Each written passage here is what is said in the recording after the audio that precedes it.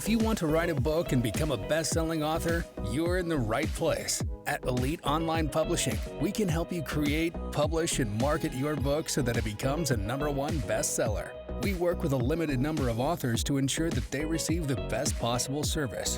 So if you want to learn how to write and publish a book that will empower you to smartly grow your brand, business, and credibility, apply today. We look forward to working with you.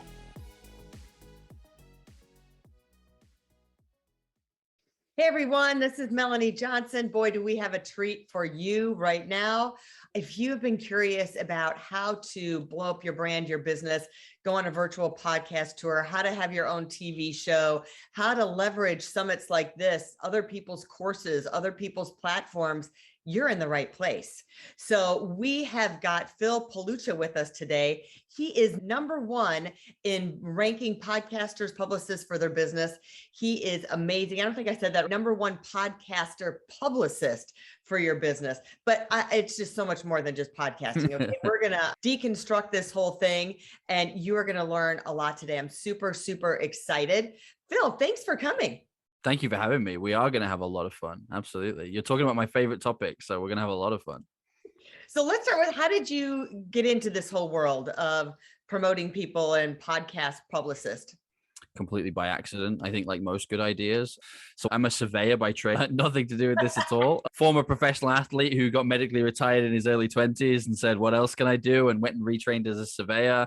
I've worked at corporate and at some very big levels with people like Jones Lang LaSalle, CBRE, Carillion, Seif, you name it, been there, done that, worked with some of the biggest and best brands globally, and then decided to go and do my own thing, wanted to set up my own business and made a complete hash of it. I think I misunderstood that being good at something doesn't necessarily mean that you'll have a successful business doing something. I had no idea about sales. I had no idea about marketing. I didn't know any of this stuff. But what I did know was networking. And at the time, I'd just grown and sold 2 sports podcasting networks that had been very successful. So I knew that the power of podcasting wasn't in the audience. It was in having a VIP backstage networking pass to talk with anybody you wanted to within that industry. You know, I got tickets to finals. I got to meet players. I got to meet managers in the world of sport that I had no right as a fan getting to know. I had people on my WhatsApp that I'd wore their name, their shirt, and had their name on the back of my jersey when I was a kid. And now here they were as friends on my WhatsApp, all because of this podcast.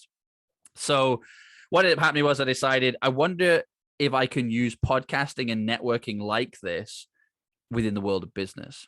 So it was a very primitive strategy that I started with. I made a list of the top 100 companies that I wanted to work with, and I invited each of the CEOs onto a podcast to answer 2 questions. Number 1, I want to talk to you about you. I want to talk to you about your journey and how you've got here.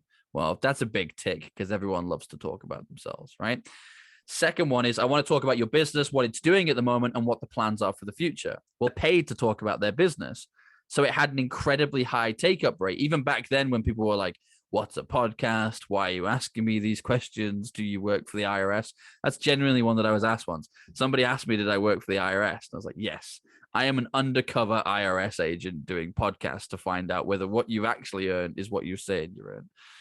But fast forward, I ended up growing and selling 2 professional services agencies using the podcast. So I grew them both, meeting the people on the podcast, and actually sold them to investors I met there. Exited both businesses, didn't really know what to do next, and had people coming to me saying, how did you get that TV show? How did you get that professional body as an exclusive partner? How did you get that stage in China? How did you get all of this stuff? And I got so tired of saying, I met them on a podcast. I met them on a podcast, that I just thought I should just teach people how to do this. Fast forward 7 years later, 100% success record, in excess of 10,000 hours of podcasting, 300 hours worth of TV content each month for clients, you name it. We are using content and how powerful content is. Everyone says content is king. But for us, content is the byproduct of the relationship building that allows us to elevate our businesses and create authority leaders in each industry. Wow, what a journey. I mean, I hate to say this, but goes to show your original education may not take you or think you were the journey that you think you're going on. So no, never. All of that. Yeah. Never. No. Well, I got kicked out of school. So I came from it sounds very different to where I am today. And I'm very blessed because statistically, I shouldn't be here, right? I should be either dead or in prison, according to what happened in my life. In and out of the social care system, you're more likely to be dead or in jail. Kicked out of school at 14, more likely. Abuse in the home, more likely. Homelessness, more likely. Had it all, ticked all those boxes. My first formal qualification was a degree. I then got carried away and went and got 3 of them and a master's. And I've just been given an honorary doctorate because my programs are actually being taught in universities at master's level globally. So it's bizarre, my relationship with education. I love education, but what I would say is my qualification, my formal surveying qualification, allowed me to create a career that taught me the lessons I use today. That's why I work with so many people within professional services, because I know how intelligent these people are and that they're trading time for money. And if they just knew how to elevate themselves, visibility equals credibility, right? If they can't see you, they don't want to do business with you. So my gift is taking your gift and making sure that people can see it. All right, let's walk through, it's the future of publishing we're talking about here. Yeah. Sometimes we publish authors and then they're like, now what do I do with my book? How do I get on podcast? How do I get TV? How do I get these interviews? Take us from someone's got a book idea. They tell you it's going to launch in, say, 4 to 6 months. Yep. What are you going to do with them? I think the very first step, and it was funny because we were talking about this off air and what I like to call the virtual green room. The first step is setting expectations. Unless you're J.K. Rowling, it's unlikely that you're going to become super wealthy off the back of a book. That said, that book provides such a fantastic stage and credibility and a gift that you combine in other people's courses and programs. So the book itself is a fantastic tool. It's an elevation tool when used in the right way. But I think both of us have seen time and again that people almost become prefixed on the book, and it has to be about the book sales, and I've got to get out there to sell the book. And it's the book is the key that opens a door to a bigger and better room for you. Stop thinking about the book as trying to sell the key. You want that key, use the key to kind of open it up. So the first thing I want to do is really set the expectations and start to explore around what's possible. So the very next step is trying to see what is it you want to achieve, right? What is it you're currently offering? Who is it that you empower? Where is it you want to drive them to? And I'm talking about the lifetime of a customer here. I'm talking about, okay, they buy your book. They like what they have to say. How do they get involved with you next? What's the next engagement? Okay, so they go to $1,000 course. They like the $1,000 course. They want to do something with you for the next 3 to 6 months. What does that offer look like? What does your 12-month offer look like? What does your all singing, all dancing, done for you service look like if you have one? It's the same when people say they want to get paid to speak on stage. The most I've ever been paid to speak on stage is $60,000. The most I've ever sold from stage is $500 million, $500 million. Sorry, $500 million was sold on stage in China, the Mobile World Congress. It was an incredible stage, incredible platform. We ended up doing a deal with Microsoft Asia, which just blew our socks off. That was incredible. Had no idea we were going to get that. So when people are saying, I want to get paid to sell from stage, my attitude is always, well, why? Do you not have the product or service that you think you could make so much more in revenue from that? Because you get better opportunities when you're prepared to give your time for the stage and the platform and to speak to people. So it's just about helping people to come full circle in terms of their thought process, right? What does this look like? Where are we trying to get to? And how can the book elevate you along this way? And then I think the third step then is finding what resonates best with them, right? So when we talk about creating content, everyone's like, oh, well, should I be on every platform? Should I have a YouTube channel? Should I have my own podcast? Should I just be a guest? And my answer is always this: let's find what you enjoy. Let's find what you're most comfortable with, because if you enjoy it, you'll keep showing up and you'll keep doing it. Podcasts energize me. We're now on our 3rd season of our TV show. Let me tell you, I really don't like TV, right? They record 3 hours worth of my content to put out a 45-minute show. And I don't always agree. In fact, I rarely agree with the bits they cut out, right? Podcasting is raw and it's authentic and it's genuine and it's a deeper connection and it can go completely off tangent. So that's mine. So I want to help people to find the form of medium that they are most comfortable with. And then we're going to use the book as the key to elevate them on that platform and on that stage. So they really shouldn't use it all, right? You're saying zone in on absolutely. what works for you. Absolutely. Yeah, 100%. I mean, it's bizarre because people said, oh, Phil likes audio. He'll love Clubhouse. I hated Clubhouse. Really didn't like it. Yeah. It just became a lot of people all wanted to do self-promotion in one place in one time. It was very difficult to distinguish between, until somebody started talking for too long, who was successful and who wasn't. So you were getting given advice from somebody that wasn't actually successful at this moment.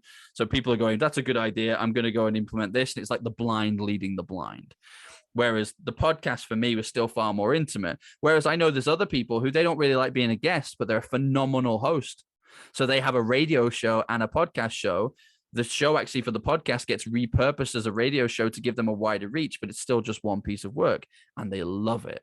And actually, little secret for people, they win hundreds of thousands of dollars worth of business every single year from the relationships that come from the person they're interviewing. Mhm. So So true. it's such a powerful networking tool when done in the right way. But you're right. Please do not use every platform. I don't even want you on every platform. Let's find what you enjoy, find what you're comfortable with, and let's own that space. All right, before I get twisted off, because I want to go deep into like how to get a TV show, how TV is working, because I used to own a couple TV stations and everything has changed so much in television now. In my notes, it says you talk about advanced author copies. So while I'm writing the book or the book's almost done, who should I be sending those out to and why? Yeah, I think it's a really great point. I think it's a great way to open the door with current industry leaders, I think, for a start. So people have different phrases for it, but for me, I call it your Dream 100. Who are the Dream 100 that you would love to do business with, that you would love to know that you exist, that if they became a big raving fan of what you do, they'd enjoy it. Great place to start is your own bookshelf, right? Whose books did you enjoy? Who inspired you? Who helped you? It's if it helped you, then it will help others like you. So I always like to take it back a step and say, look for non-competitive partners. Non-competitive partners are people who work with the same target audience that you do, but deliver a different service or product. They're the people you start sending out the advanced copy to and wanting that feedback, because it's a perfect opportunity to instigate a relationship, a conversation. You're elevating them. You're saying, I respect and recognize you. Here's my work. I want you to validate it. And if you enjoy it, like what you read, let's hook up a conversation and see how we can help each other. Okay, so you're sending that book out before it's published, before it's a number one bestseller. Correct. So you're just like, hey, you're on the inside. I want your 2 cents on this book if you can give it to me, and see if you get a response. You can make millions of dollars off a book that never sold any copies. That's right? It's the elevated status, isn't it? It's the elevated status. It's the conversation. It's the networking. I always look for, how can I network with the people at the top of my industry? People from did business very successfully in the 80s and the early parts of the 90s will say, it wasn't what, it's who you know. Right. And it's the power of your Rolodex. Well, all of that still exists. It's just moved into a digital form. So now you need to find how to do that with books and with podcasts and with television and with radio, all in a very different way than we've done previously. But it's the elevated status. It's giving you a way to say, I'm above the rest and I want to have a conversation with you. So start with the people who are non-competitive, send it out to them. And then, their clients would be your clients. And then also pick the top 100 that you would love to be your client and send it out to them as well. Correct. I think the only other one that I would add into there is start looking at other people's programs and courses and high ticket masterminds and summits that would be a great crowd for you, and give it to them as a gift and say, I want to hear your thoughts on this, because if you like it, I would like to offer an exclusive deal to you where you can build this in as part of your stack, as part of your offering. Maybe I could even come in and do a talk for you for your mastermind, depending on the group. Just start to use it as a positioning tool, which is what it's there for. Love that. Use it as a positioning tool. All right. So many authors are like, man, how do I get on podcast? How do I get interviewed? How do I do a virtual podcast tour? Walk us through that. It's actually the easiest thing in the world to do, but the problem is it's not very easy to do right. Okay. So there are lots of people that have wasted lots of time. So I always like to say, you wouldn't invest $50,000 in Facebook ads without a strategy. So don't go on podcasts without a strategy, because time is a far more valuable commodity than money. We can make more money. We can't make more time. Okay. So I have some simple rules I like to use. And if I may, I'll introduce them to the audience and they can plug it in and play. If you're going to appear as a guest on a podcast, they have to meet the 3P criteria. Are they a purchaser, a partner, or a promoter? A purchaser is somebody who's going to buy what you do. A partner is somebody who's going to introduce you to their crowd who will buy what you do. And a promoter is someone who can give you a stage or a platform to meet more of the first two. If the answer is no to the 3Ps, you're doing that interview for vanity metrics.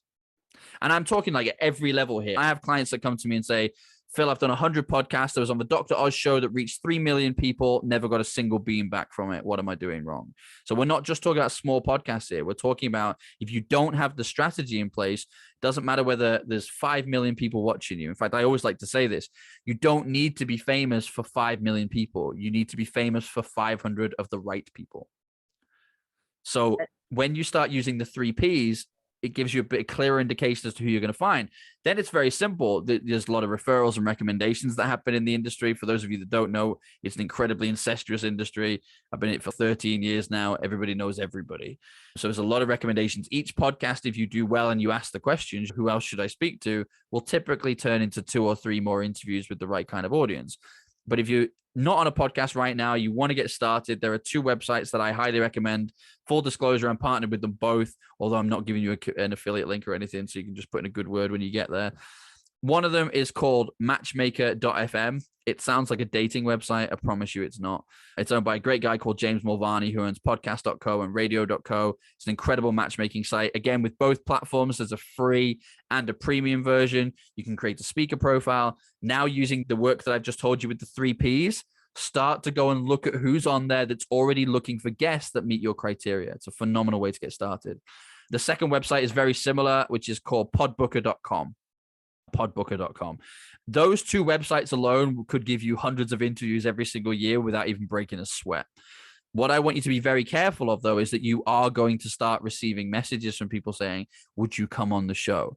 This is where you need to check your vanity metrics at the door, grade them with the 3Ps, and politely say yes or no. And that goes both ways, whether you want to be on the show or you want to have them on your show if you have a show.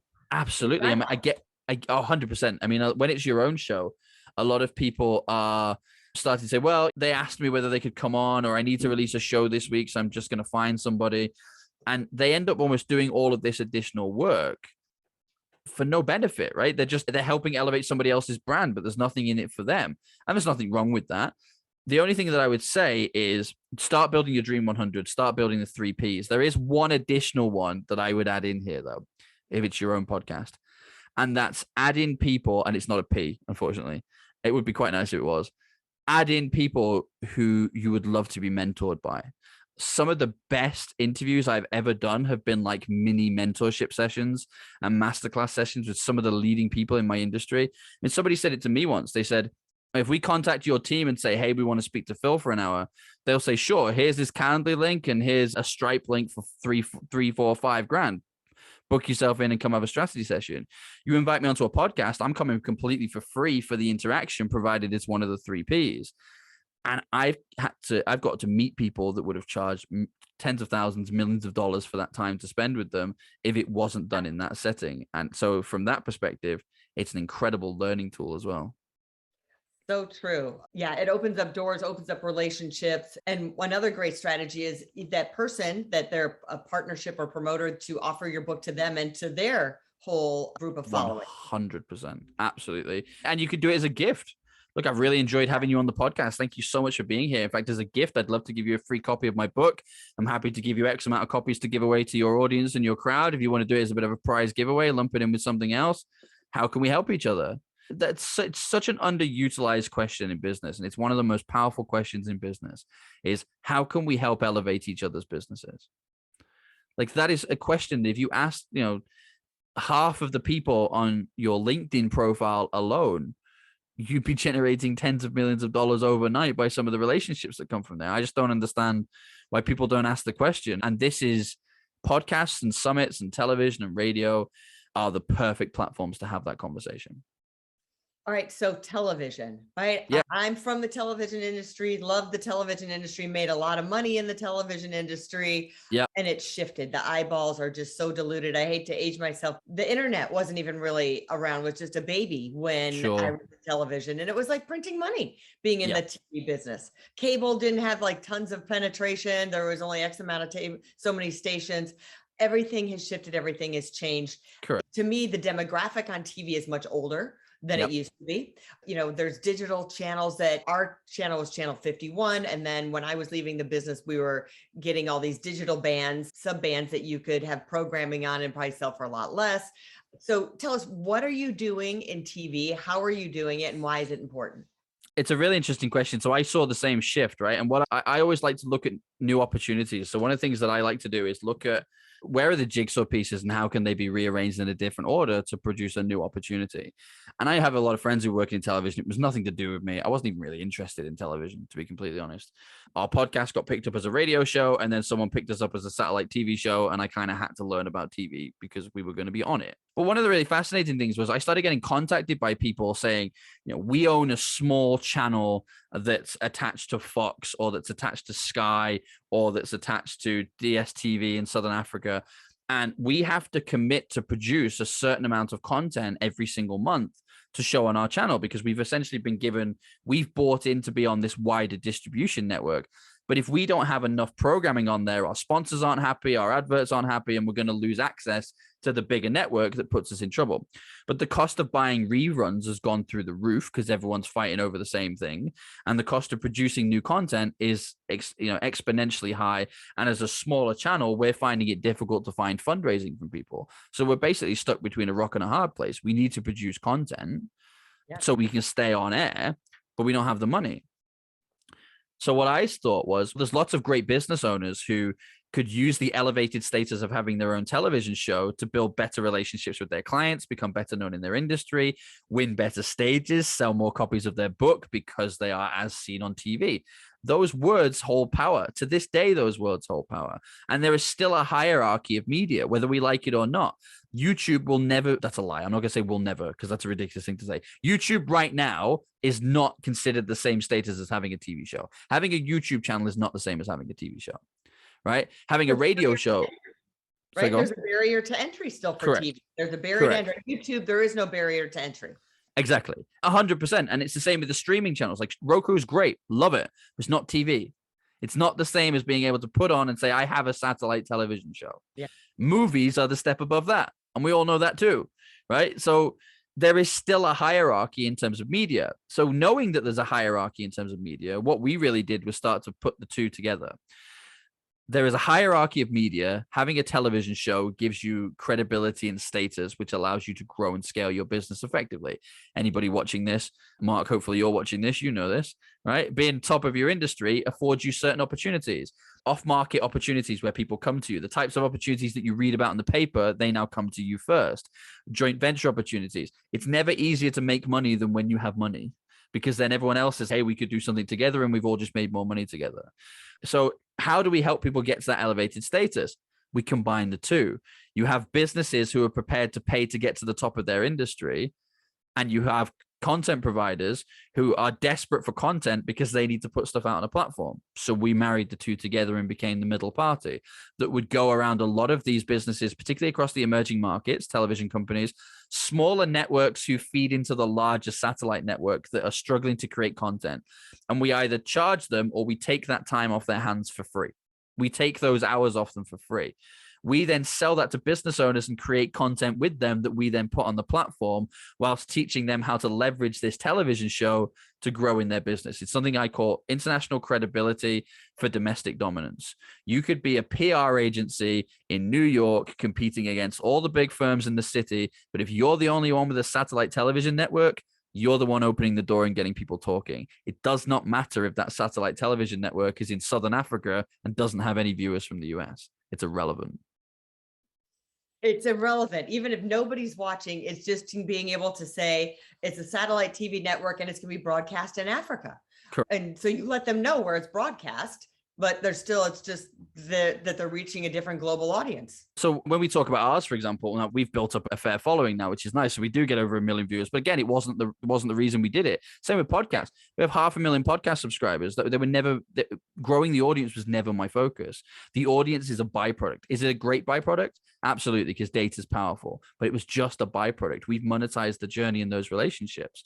So we get to say this goes out across 14 million homes and then will be streamed worldwide on our streaming platform afterwards. Initially it first airs in Southern Africa, then it will go to Southeast Asia, then it goes onto the streaming platform. But that's irrelevant. This is about me and you building a relationship. I want to see whether there's a way of us elevating each other's businesses whilst we create a really cool piece of content that's going to empower people and expand our reach. Are you up for it? It takes a very strange person to say no to that offer. It really does. Now, are you monetizing it that you're charging business people to come on, or are you doing ads within it? Are you doing, because you're saying it's really not about ad revenue. So either you get the time, let's say it's a half-hour time slot that you talked about.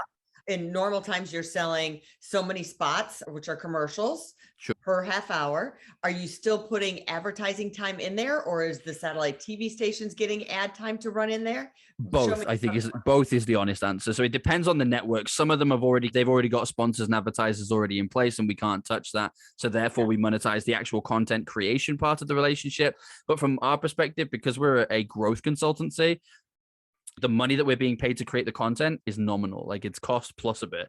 Where our money is really coming from is working with business owners to make sure that they can elevate that. It's the same with, it's the same with books, summits, podcasts, and stages, right? There are the people who are making nothing from it because it's essentially being done for vanity metrics. And there's the people who it's fueling most of their business development because they've got it nailed on. So my work really here is, yes, it is powerful having a television show, but only if you know how to use it. We're going to work with you to show you how to use it. And that's where our profit comes from. So do you think an author can do this on their own? It sounds very complicated, or do they need to have somebody like you to do it? Can they figure it out by themselves? Yeah, of course they can. Yeah. I mean, one of the things that I always say to people is, if I've been able to figure this out, you can figure this out, right? The only reason we charge for what we do is because I don't want to spend another 5 years figuring something out when I can just say to someone, hey, you spent 5 years doing it. Can you teach me over the next 3 months how to do it? That's where the exchange of cash comes from. So can you do it? Yes. Will there be some great moments and some painful lessons? Absolutely. If you want to just do the good stuff and avoid the bad stuff, then work with somebody like me. Doesn't have to be me if you don't resonate with me, but find somebody like me who's already been through that journey and partner with them. That's the best way of going about it. Yeah, I love that. So talk to us about, outside of, we've done podcasts, we've done summits. Yeah. Let's go into, someone who's got a course, somebody who's putting on a summit. Let's start with courses. How do I leverage my book and find people who have courses? How does that work? I mean, there's lots of platforms like Udemy and things like that, aren't there? And there are lots of people that are currently out there trying to flash their courses on YouTube and Facebook ads and everything else. And I think the important thing here is really to use the 3 Ps again, right? Try and establish who these people are that you want to partner with and what that partner would look like. Most people are just trying to find how to accelerate their brand, how to push it, how to do more, how to give more. Everybody knows that winning a customer is one thing, but there's no point having a hole in the boat, right? You want to nurture that relationship. You want to support that person. So the more that you can give them, the better. So if you want to talk about coursing things as well, I'd also factor in places like associations and professional bodies. Who already has a large list and access to people that you are wanting to reach and empower and support?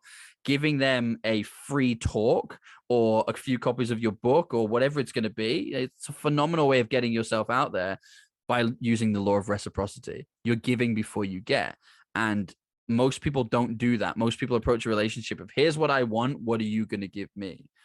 The way to stand out in this market is to be the opposite. I have something that I think could benefit your members. I'm even happy to come in and do a 90-minute masterclass if you'd like, and I'll present to everybody. I wonder if there's a way that we can support each other and grow. It produces lots of sales, lots of relationships, lots of eyeballs. And I said it before, visibility equals credibility. If they can't see you, they're not going to do business with you. It doesn't matter how good your course is, how good your book is, how good anything is, which is where partnering with people and joint ventures and strategic alliances are absolutely key to something like this. Because why reinvent the wheel? Somebody else already has these audiences. Every time you create a great partner, I do this within my business to this day. Every time we have a partner that's working really well for us, I do what I call cloning. And I write down all the things about what size is their business, how many people are in their team, what is it I like about them, what services are they delivering, what price range are they doing. And then I get my team to go out and invite other people that match that criteria from around the world onto my podcast. Why? Because I'm going to elevate them, see who I resonate with, and I'm going to build a productive relationship using the same formula and blueprint. That's brilliant. That's just so brilliant. It's like leaning into what already works and doing it over and over again. Definitely. Why reinvent the wheel? There's a saying, I don't particularly like the guy. He might be watching, maybe Bill Gates. Depends what you're doing, Bill. Go back to work. But, I'm not a huge fan of the guy as a person, right? But he has this saying that I really like, which is he hires the laziest person to do the most difficult job because they'll find the quickest way of doing it. Now, I don't actually think that's lazy. I think that's efficient. right? And I work hard. I'm not lazy, but I'm a very efficient person. So if I can see something is working, I'm going to replicate that over and over and over again until it's no longer working. And then I'm going to find something else. And then I'm going to do it over and over again. Many people watching this will be sat thinking, I don't really have that many referral partners, but I do have Gene who sent me a few. And I do have that small business over there that sent me a few. You could have replicated those 10, 50, 100 times over just by writing down what it is you like about them, why it is that you're able to support their customers so well, what it is they liked about you. Get clear on this and go and find them, because as much as we are unique as individuals, it's very rare that you ever come across a business model that they're the only person in the world doing that. All right. So what do you think, out of all the ways that you've used, I know it can depend on the author or the book, that you find to be the most effective? We've talked about podcast, TV, doing a little bit monetizing, being on other people's summits, giving a book away for courses and stuff. Is there some secret methodology that you say, if I only could pick one, what would be the one thing that I would do? Well, I never do them all at the same time. I do them in an order because I feel like you need to build a foundation level before you start building, right? Because otherwise it's all going to fall over. Again, the surveyor's coming at me. I always do things in blueprints because that's the way my mind works. So the easiest thing to entry and the quickest thing that gets results is speaking on other people's summits and appearing on podcasts. It's a very similar approach. We're doing it here. This could just as easily be a podcast interview, right? It's a very similar style interview. It's going to be the same kind of offer that's going to be converting with people, the same kind of messages. And actually, it's really powerful because if people keep seeing you show up, they're going to want to do business with you. And the people that will be attending this type of summit will also listen to this type of podcast. So that's the best place to start. It's very little barrier to entry, and it allows you to start getting in there, having conversations. Will you be able to access the Joe Rogan show from day one? No, of course not. That would be ridiculous. You have to build your way up to this, but you're not ready for it right now anyway. You wouldn't want to waste that opportunity until you're ready. So it's getting out there and it's starting to build those relationships. From those relationships comes cash, comes stages, come credibility. The next stage is, now I have some cash, some stages, and some credibility. My book is now a better offer to stack offer into other people's offerings, programs, masterminds, and courses, because I hold a bit more weight, right? It's the as seen on this stage, as seen on these podcasts. Now you've got a bit more credibility to you. Well, now you've got that, you're starting to go, okay, so now we're monetizing the immediate. We're building a list to monetize the medium term. What's taking care of long term? Television. That's going to take care of the long term. So that's where this now comes in. If, okay, we've already made the cash now, we can throw 50, 100, 150 grand at creating a 10 episode TV series, but the credibility that comes from that is going to fuel the next $5 to $10 million worth of sales. Love it. All right. What do you see as, we're future of publishing, but you're in the future of marketing. What do you see as the new technology or things that are coming down the pike outside of those three things that could possibly be happening in the next year to 2 years? I mean, audio is huge. Audio is huge. And we had something like Clubhouse. Obviously, Twitter and Facebook are introducing their own versions. LinkedIn are doing the same thing. LinkedIn's going to be a complete game changer. If you can have a matchmaker style audio networking tool on LinkedIn, it's going to be game over. It's going to be fantastic. So audio is fantastic, and getting out there is great. I think being accessible for people is really important. I think I know a lot of authors who've written their book and they're keen to sell it, but they don't really want to get out there and talk to people. And I think that's a huge missed opportunity. The more you talk to people on podcasts, on stages, on platforms, on any form of audio, the better it's going to be for you, and the more people can hear you and engage with you. But I think the biggest one for me is going to be the audiobook, right? It's actually having your book read out as an audiobook. Now, I actually like it when the author does it in their own voice. Like, I know there's voiceover actors and there's nothing wrong with that. If there's any watching this, I'm not trying to do you out of an industry, but I do like it when it's the author's voice. In fact, funny, I've read a number of Gary Vaynerchuk's books that way. And I feel like I get more than everybody else, because he'll be reading and then he'll go, I don't actually say this in the book, but I've just thought it's really important to tell you this and this, or this little anecdote or this little story. And then he goes back to the book. So I actually feel like I get more by being the audio person than I do just by having the book. I also get to hear how it's emphasized in somebody's voice, how they're saying it, or whether they, you can tell a lot by somebody's voice and their tonality. So I think audio is very key. So if you're sat thinking, I have my book, or I'm about to release my book, what am I doing with it? I think a key part of the strategy needs to be, they need to hear you. They need to hear you. The audiobooks are trending. I think that is a future for the book part. What about in promotion part? Anything else do you see coming down the pike? The LinkedIn thing is going to be huge. The LinkedIn audio, like LinkedIn chat rooms or whatever it is they're going to call them, they're going to be huge.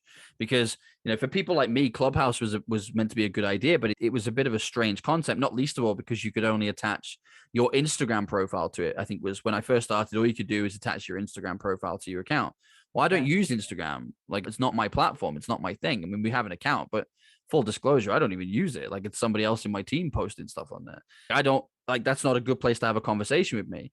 LinkedIn, where we, across our 5 platforms, we've got like 100,000 followers and people talking to us on a regular basis. Great place to talk to us. Right. So LinkedIn is such a great tool for networking and marketing. The fact they're going to introduce audio and maybe even like a video chat roulette is going to be absolutely phenomenal for everybody. So I'd be thinking about that when it comes to future promotion. I'd be thinking about that strategy. And it's funny, the last little thing I'll add in here, and I don't know how far away this is yet, but this is my bet. This is what I'm banking on coming because I'm already putting wheels in motion to capitalize from it ourselves. Movies, particularly documentary movies, are going to go the exact same way that television went.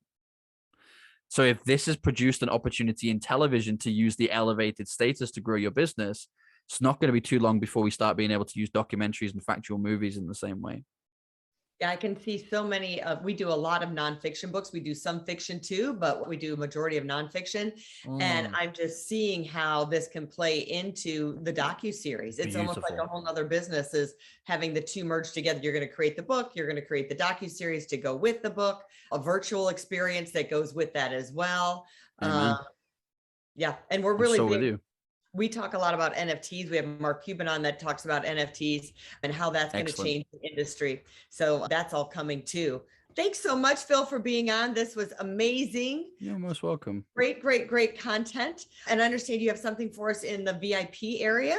I certainly do. I have a masterclass, and it's a 35 to 40-minute masterclass. When we sell this for corporates, we typically do it about $10,000 to $15,000 in value. So absolutely run with this. Full disclosure, we do this to give you a quick injection of cash and a quick boost of authority.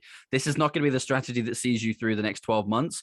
This is going to be the strategy that gives you the boost, the cash, the foot in the door that allows you to continue to grow and start on your journey. So I think the fastest person that ever did this made about $10,000 in the first hour of having done it.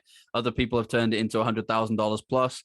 Take it, run with it. It's my gift to you. If you want to talk to me about the bigger and wider stuff, you know where to find me. But for me, this has been such a life-changing thing for me in our business and for a lot of the businesses that we work with. So consider that my gift to you. Wow. If you haven't joined the VIP area, that's the reason right there to join the VIP area. No bigger ROI that I've heard of right now. You can turn that small little amount of that VIP dollars into 6 figures. That's amazing. Thank you. Well, I was going to say, I don't even know how much the VIP section is, but one of the things I'll tell you about summits, having been the #1 guy for monetizing them, right? The VIP section is incredible because the gifts that get given from people are worth the price of admission alone. Like I've genuinely signed up for summits where I've just got the VIP gifts and I didn't even listen to the talks because the VIP gifts are that powerful. Now I know the other people who are speaking. I don't know everybody that's speaking, but even just with my gift and a handful of other people's, this could fuel your business for the next 6 to 12 months quite comfortably. So get yourself in there, absorb everything that's there. You're going to get to rewatch the interviews as well and really take down as many notes as possible. See what resonates with you. And as I said much earlier in the interview, find that thing that resonates with you and embrace it. Go and own that space. Thanks so much, Phil. We really appreciate you. I appreciate you. Thank you. If you want to write a book and become a best-selling author, you're in the right place. At Elite Online Publishing, we can help you create, publish, and market your book so that it becomes a #1 bestseller. We work with a limited number of authors to ensure that they receive the best possible service. So if you want to learn how to write and publish a book that will empower you to smartly grow your brand, business, and credibility, apply today. We look forward to working with you.